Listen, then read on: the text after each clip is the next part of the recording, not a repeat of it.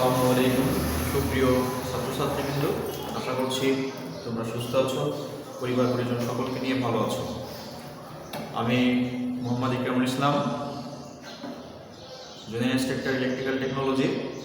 আমি আছি computer first semester ছাত্রছাত্রীদের সাথে প্রিন্সিপাল অফ ডিজিটাল ইলেকট্রনিক্স সাবজেক্টটা নিয়ে। আজকে আমরা প্রিন্সিপাল অফ ডিজিটাল ইলেকট্রনিক্স থেকে মোস্ট ইম্পর্টেন্ট একটা টপিকস করব, সেটা হচ্ছে ডিটিএল অ্যান্ড গেট। তো এই ডিটিএল অ্যান্ড গেটটা পরীক্ষায় আসে যে ডিটিএল অ্যান্ড গেট এবং টিটিএল অ্যান্ড গেট। তো আমরা ডিটিএল অ্যান্ড গেটটা আগে দেখব, তারপরে যদি সময় সেভাবে হয় তাহলে টিটিএল অ্যান্ড গেটটাও দেখব। এখন দেখো আজকের টপিক কি, DTL and gate. DTL and gate. এখন এই ডিটিএলটা কি,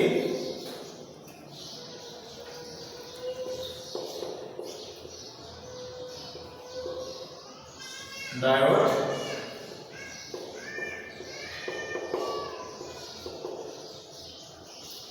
ট্রানজিস্টর, লজিক। ঠিক আছে, এখন দেখো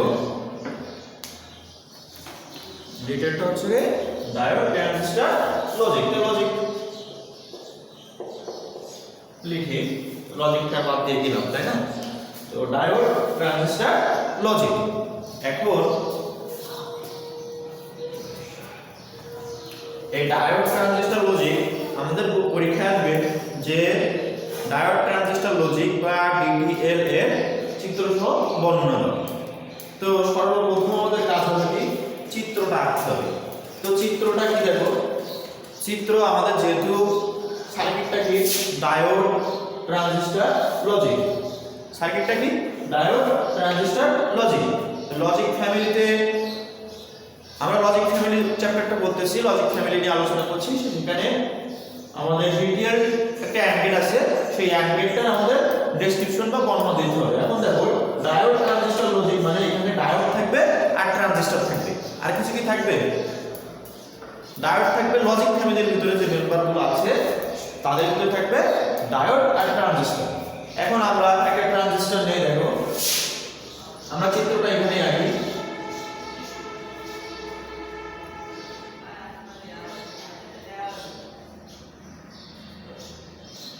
এটা ট্রানজিস্টর। ট্রানজিস্টরে কি কি পার্ট থাকে? একটা ইমিটার পার্ট থাকে, একটা কালেক্টর পার্ট থাকে, আর একটা বেস পার্ট থাকে। এটা হচ্ছে একটা ট্রানজিস্টর। এই যেটা মাঝখানে থাকে এটা হচ্ছে ইমিটার, এর অপোজিট হচ্ছে কালেক্টর, আর মাঝ বরাবর যেটা থাকে এটা হচ্ছে বেস। এখন দেখো এই আমরা একটা ট্রানজিস্টর নিলাম। এখন এই ট্রানজিস্টরের সাথে একটা রেজিস্ট্যান্স কি হলো, গ্রাউন্ড হলো।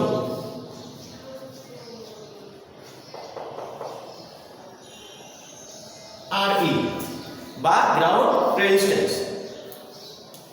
এটা কোথায় যাচ্ছে দেখো, এটা হচ্ছে আমরা মনে করি এখানে 5 ভোল্ট। আচ্ছা ভোল্টেজটা আমরা পরেই নিই। এখান থেকে একটা রেজিস্ট্যান্স আছে কালেক্টরের সাথে, এই রেজিস্ট্যান্সটা মনে করো R1। ঠিক আছে, এখন এইখান থেকে বেজের সাথে, এই যে বেজ নিয়েছিলাম আমরা, বেজের সাথে সরাসরি কোথায় যাবে, এই রেজিস্ট্যান্সের বেজের সাথে সরাসরি R2 রেজিস্ট্যান্স হয়ে গ্রাউন্ডে চলে যাবে। এই মনে করো আমরা নিয়ে আসলাম এখান থেকে, এটা কি হবে, R2 রেজিস্ট্যান্স হবে।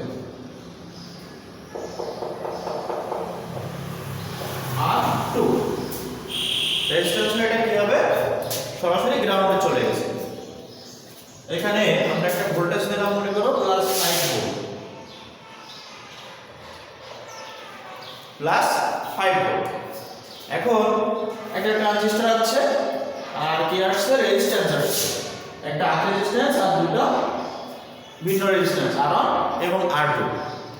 এখন আমাদের এখানে ছিল কি, আমাদের এখানে ছিল হচ্ছে ডায়োড আসবে আর ট্রানজিস্টর আসবে, কিন্তু আমাদের কি ডায়োড আসছে? এখন আমরা তিনটা ডায়োড নিলাম। দেখো ডায়োডগুলো কিভাবে হয়।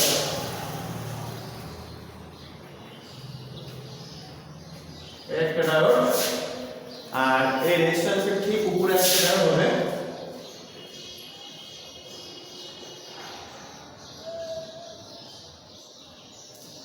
আর কি এখানে একটা ডায়োড হবে।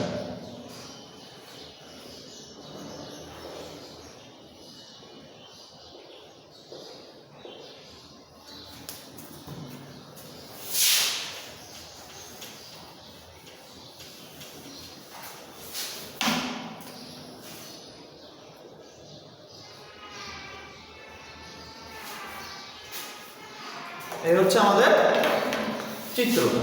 এখন দেখো, এখন হচ্ছে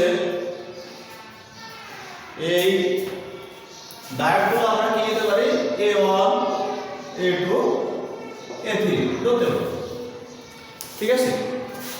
এখন আমরা একটা DTL AND গেটের চিত্র এঁকে ফেললাম। এখন এটা বর্ণনা কি হবে দেখো, আমরা যদি আমাদের পরীক্ষায় আসে যে DTL AND গেটের চিত্র সহ বর্ণনা দাও, তো আমরা এই চিত্রটা আগে আঁকবো। আর ইলেকট্রনিক্স যত সাবজেক্ট আছে এর চিত্রগুলো সবসময় ইম্পর্টেন্ট। এখানে তুমি কি লিখতেছো এক্সামিনার এগুলো খুব বেশি খেয়াল করে দেখে না, জাস্ট চিত্রটা দেখে চিত্রের নাম্বারিংগুলো ঠিক আছে কিনা, R1 R2 RE এই 5 ভোল্ট এগুলো ঠিক আছে কিনা সে খুব মনোযোগ দিয়ে দেখে। আর নিচে ওগুলো না দেখে ঠিক, তোমার চিত্রটা যদি পারফেক্ট হয় তুমি ফুল মার্ক পাবে। এই জন্য ইলেকট্রনিক্সের যত সাবজেক্ট আছে সবগুলোই তোমরা মনোযোগের সাথে চিত্রগুলো বারবার আঁকবা।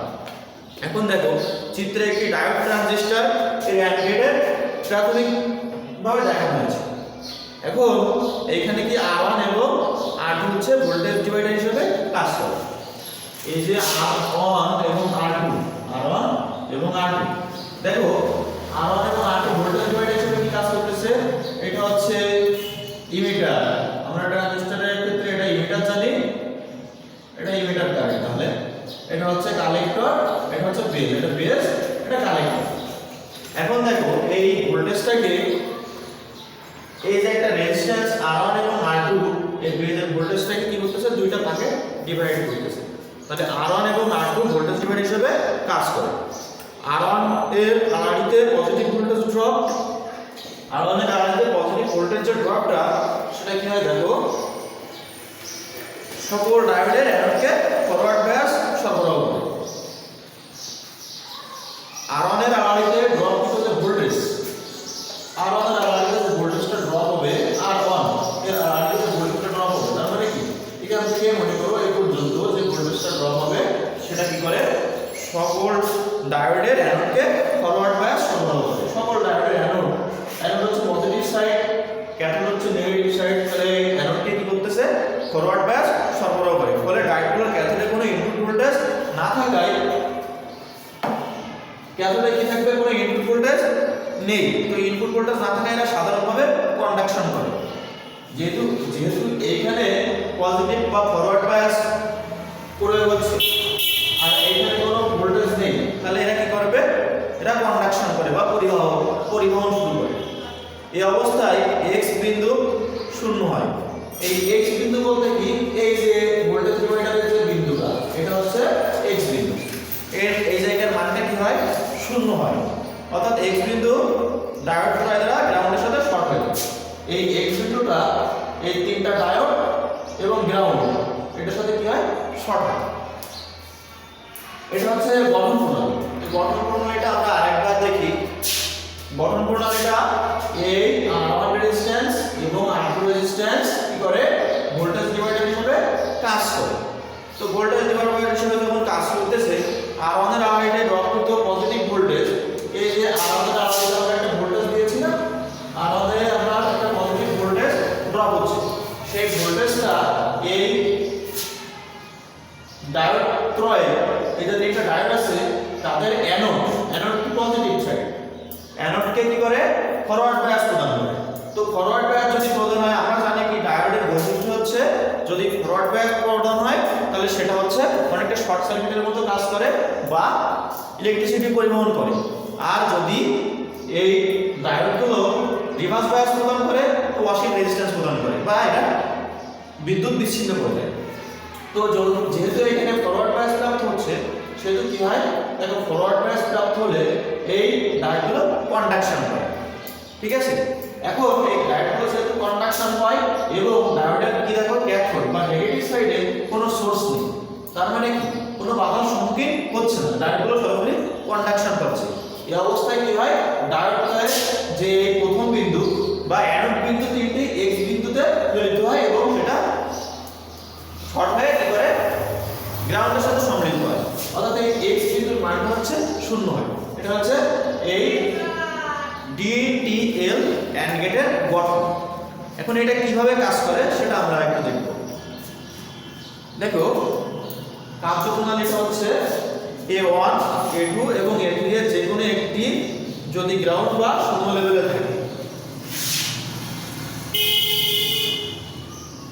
A1 A2 বা A3 এর একটি যদি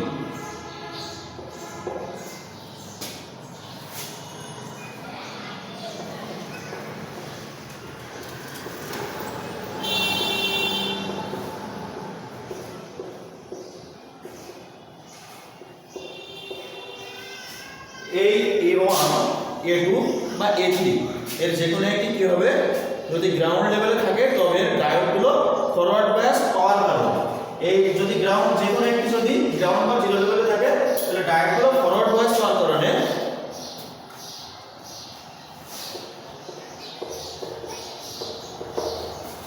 তবে কি হবে, দেখো তবে ডায়োডগুলো ফরওয়ার্ড বায়াস পাওয়ার কারণে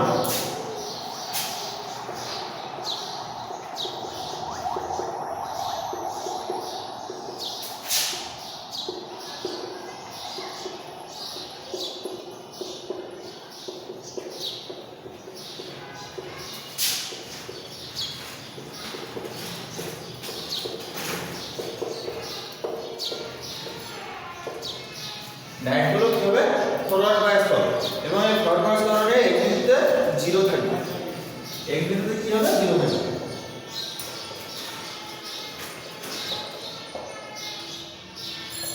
তাহলে এই ডায়োডগুলো যদি ফরওয়ার্ড বায়াস হয় তাহলে এক বিন্দুতে কি হবে জিরো হবে।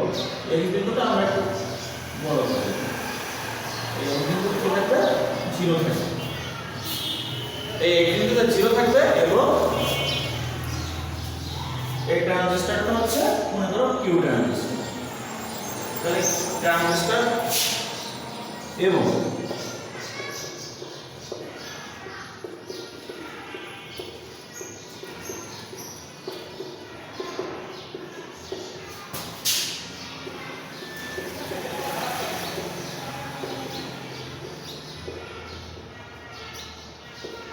অবস্থায় থাকবে। তাহলে কিউ ট্রানজিস্টরটি এই অবস্থায় কি থাকবে, কাট অফ অবস্থায় থাকবে যদি ফরওয়ার্ড বায়াস প্রাপ্ত হয় এক্স এর বিন্দুতে মান শূন্য হয়, তাহলে ট্রানজিস্টরটা কি হবে কাট অবস্থায় থাকবে। এর ফলে আউটপুট ভোল্টেজ প্রায় শূন্য হবে। তাহলে আউটপুট ভোল্টেজটা কি হবে, যদি ট্রানজিস্টর কাট অফ অবস্থায় থাকে তাহলে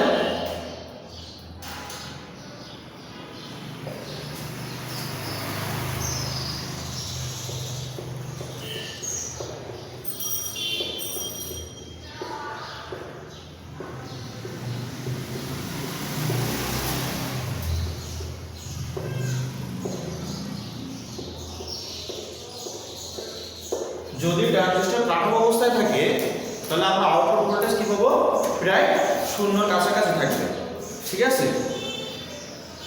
তখন সার্কিট আউটপুট দেখবে শূন্য প্রায় শূন্য হবে বা আউটপুট কি দেখাবে, তাহলে আউটপুট শূন্য দেখাবে।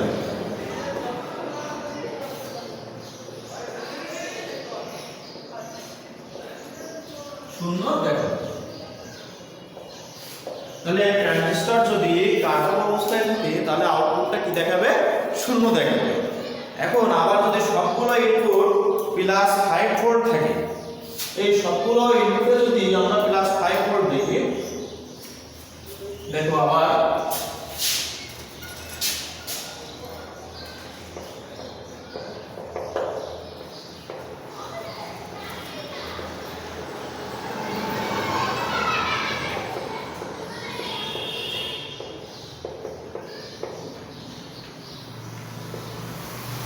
যদি আমরা সবগুলো ইনপুটে কি করি প্লাস 5 ভোল্ট দিই, অর্থাৎ লজিক অন হয়, তবে কি হবে দেখো ডায়োডে কোনো কারেন্ট সরবরাহ হবে না। যদি সবগুলো ইনপুটে আমরা 5 ভোল্ট দিই, এই যে সবগুলো ইনপুট এখানে মনে 5 ভোল্ট দিলাম, এখানেও 5 ভোল্ট দিলাম, এখানেও 5 ভোল্ট দিলাম, তাহলে কি হবে দেখো এটা রিভার্স ব্যাচ লক্স হবে। তাহলে ডায়োডগুলো কি হবে না, কন্ডাকশন হবে।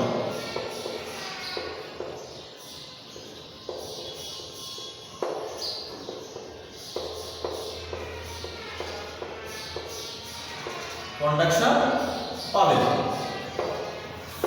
যদি এই সবগুলো 5 ভোল্ট হয় তাহলে কি হচ্ছে, এটা রিভার্স বায়াস হয়ে যাচ্ছে। আর আমরা জানি রিভার্স বায়াসে ডায়োড কখনো কন্ডাকশন পায় না। আর যদি কন্ডাকশন না পায়, এই ডায়োড যদি কন্ডাকশন না পায় তাহলে কি হবে, তাহলে কোনো কারেন্ট প্রবাহিত হবে না।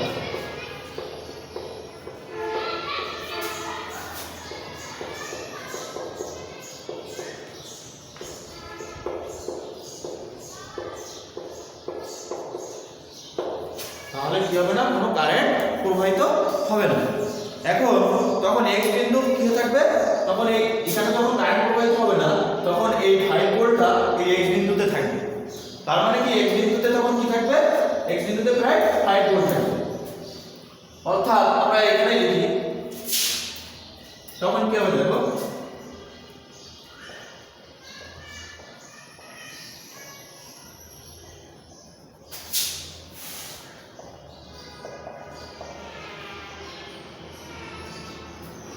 যদি এখানে কোনো কারেন্ট প্রবাহিত না হয় তাহলে এই ভোল্টেজটা x বিন্দুতে পাওয়া যায়, ঠিক আছে। তো এই তখন x বিন্দুতে কি হবে, তাহলে 5 ভোল্ট পাওয়া যাবে। এই সময় ট্রানজিস্টরের কারেন্ট সরবরাহ খুব বৃদ্ধি পায়। ট্রানজিস্টরের এর ফলে কি হয়, ট্রানজিস্টরের কারেন্ট সরবরাহ বৃদ্ধি পায়,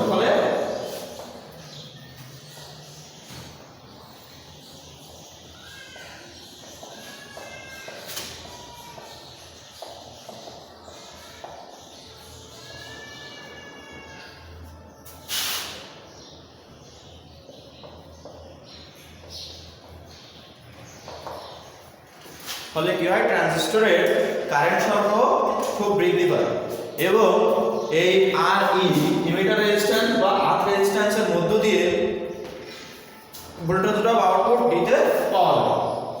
ভোল্টেজ ড্রপ কোথায় পাওয়া যায়, আউটপুট দিতে পাওয়া যায়। এখন এর ফলে আউটপুট, এখন যেহেতু যাবো তখন x বিন্দুতে প্রায় 5 ভোল্ট থাকে, তখন ট্রানজিস্টরের কারেন্ট সরবরাহ বৃদ্ধি পায়। আর কারেন্ট সরবরাহ যদি বৃদ্ধি পায়, কারেন্ট সরবরাহ বৃদ্ধি পাওয়ার ফলে এই RE এর ভোল্টেজ ড্রপ দ্বারা আউটপুট পাওয়া যায়, আর এর ভোল্টেজ ড্রপ দ্বারা আউটপুট পাওয়া যায়। এখন আমরা DTL and gate, DTL and gate আমাদের আজকের বিষয় ছিল DTL এন্ড গেট। এই DTL এন্ড গেট এর কার্যপ্রণালীটা আমরা আরো একবার দেখব। DTL এন্ড গেট এর কার্যপ্রণালী দেখব। যদি আমরা প্রথমে ডায়াগ্রাম বা চিত্রটা সর্বপ্রথম আমরা এঁকে নেব। আমাদের ইলেকট্রনিক্সে কিন্তু চিত্রটা আগে বলেছি খুব বেশি ইম্পর্টেন্ট, এই জন্য চিত্রটা সবার আগে মনে সেটাকে দেখতে হবে। চিত্রে কি আছে, DCL এন্ড গেট। তো ডি হচ্ছে ডায়োড ট্রানজিস্টর লজিক, এর ফুল মিনিং কি, ডায়োড ট্রানজিস্টর লজিক। তো এই ডায়োড ট্রানজিস্টর লজিক সার্কিটটা আমাদের প্রথমে আঁকতে হবে। তো একটা এখানে ডায়োড ট্রানজিস্টর লজিক, যেহেতু ডায়োড এবং ট্রানজিস্টর থাকতে হবে। তো একটা ট্রানজিস্টর দেখো, ট্রানজিস্টর নিলাম এবং তিনটা ডায়োডের সমন্বয়ে গঠিত। এখন আমরা এর গঠন প্রণালী দেখেছি, কার্যপ্রণালী দেখি।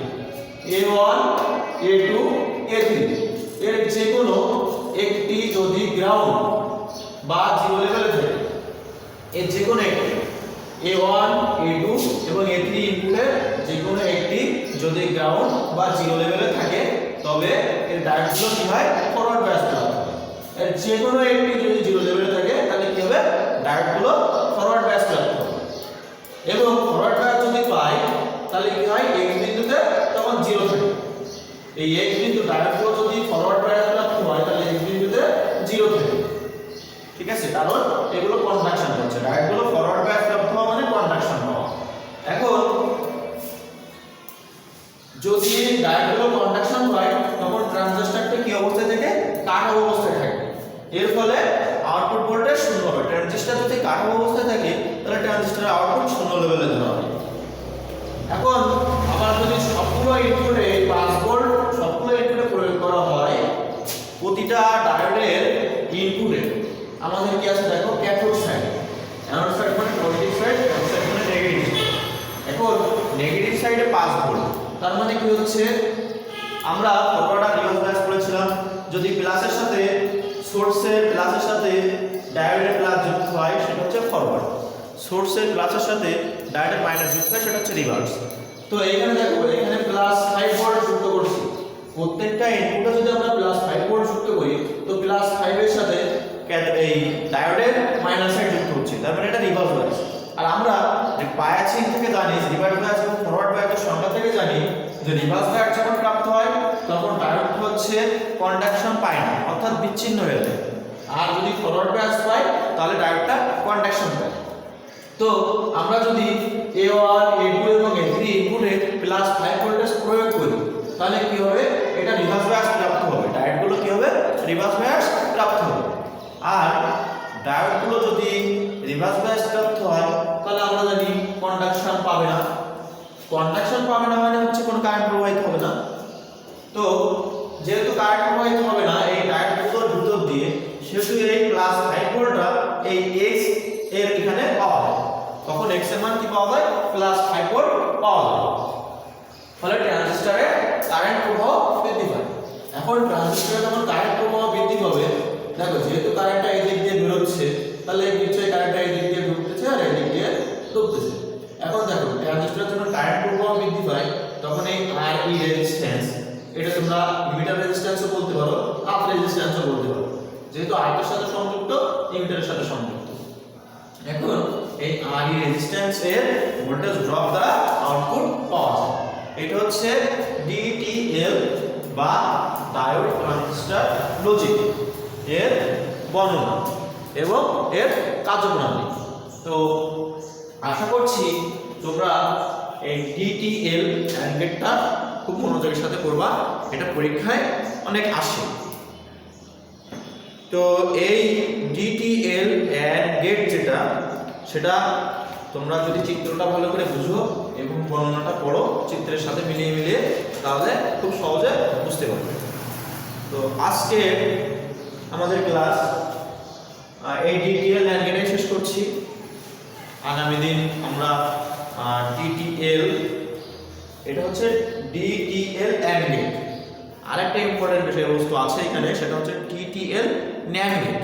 তো আমরা আগামী দিন সেই TTL NAND গেটটা খুব সুন্দর করে করার চেষ্টা করব। ততক্ষণ পর্যন্ত তোমরা এটাই প্র্যাকটিস করতে থাকবে। আশা করছি তোমরা পড়াশোনা অলরেডি শুরু করে দিয়েছো, তোমাদের পরীক্ষা যে কোনো মুহূর্তে হতে পারে, এই জন্যে আশা করছি তোমরা অলরেডি পড়াশোনা শুরু করছো। তো তোমরা তোমাদের পড়াশোনা চালিয়ে যাও, ইনশাল্লাহ তোমরা সফল হবে। তো আজকের মতো এখানেই শেষ করছি, সবার সুস্থতা কামনা করছি। আল্লাহ হাফেজ।